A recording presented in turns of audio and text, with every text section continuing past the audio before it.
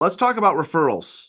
How are you currently asking for referrals in the real estate business right now? In other words, past clients, current clients. How do you ask people for business? We follow the 4x4 by 2x12 that we teach at Glover U. And so in the beginning of the year, and really in the first quarter, when we're reaching out to our clients with I have a goal. It's a basic script where you're reaching out to your past clients in your sphere of influence, wishing them a happy new year and asking them, hey, listen, I have a goal this year to, help 100 families. And who do you know that's looking to buy or sell a home this year that we can help? Yeah. And so I think it's just being consistent and having a plan around it. Obviously, when you're working a transaction, there's the three phases, right? That you can ask or the best time to ask for a referral is 7 days after you either sign their buyer agreement or listing contract, 7 days after you go under contract, and 7 days after closing, Yep. because they're most excited. So, you're just asking, hey, you know what? It was a pleasure working with you, Jeff. Let me ask you a question. I still have a goal this year to help 100 families. Who do you know might be looking to take advantage of the same service I was able to help you to buy or Yeah. sell their home? Yeah. Yeah. Yeah. No, that's good. What Justin's referring to there is the honeymoon phase.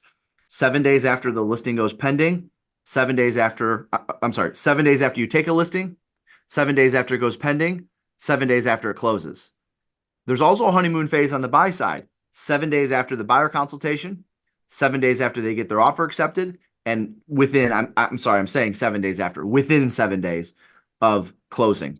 You have your highest and greatest probability of getting a referral from that client by asking during the honeymoon phase because their confidence in you is at its highest point in that spot. So the script during the honeymoon phase sounds a little something like this. Justin, we're always looking to pair sellers with our buyers and buyers with our sellers.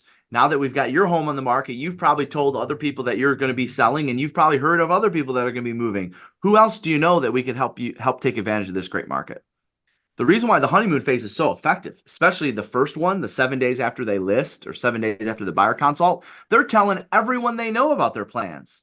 They're telling, people at work, people in their family, people in their friends, and they're going to bump into someone else that's going to be buying or selling. It's going to be fresh in their brain.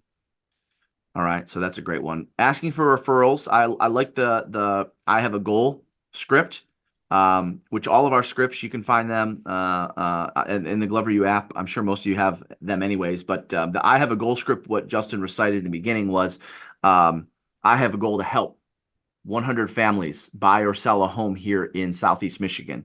And I was wondering, who do you know that could use my help? Simple script.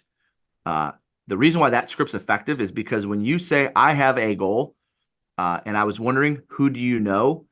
They want to help. Your past clients, your sphere of influence, they want to help you. So that's I call it kind of like a soft way to ask for business. You're just stating your goal and you're asking if they can help you hit it. Devontae, Dylan, anything else you guys want to add to that one? Yep. So after that question, who do you know? They normally say no one. So then I try to probe them to get more information. I say, well, can you think of anyone at church, in the neighborhood, or a friend who may have talked about buying or selling?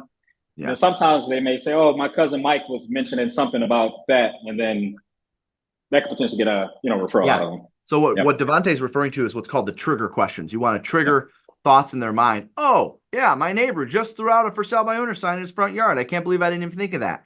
Right. So a trigger question would be, do you have any neighbors, friends, relatives? Right. Think of 3 classifications of groups or whatever that could trigger an opportunity. Yep. Awesome. Dylan, anything you want to add to that one?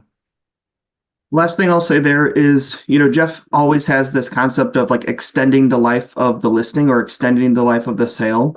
And I really try and think of different opportunities that I can do in every transaction to get more business out of, extract the most amount of opportunity from every deal. So we actually do a housewarming party for every transaction that we close, and we actually send out all of the invitations as well.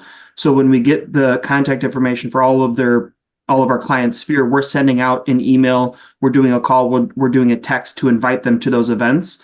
And then we're just having, simple conversations like Justin and Devontae mentioned. Awesome. I love that. So you host the housewarming party.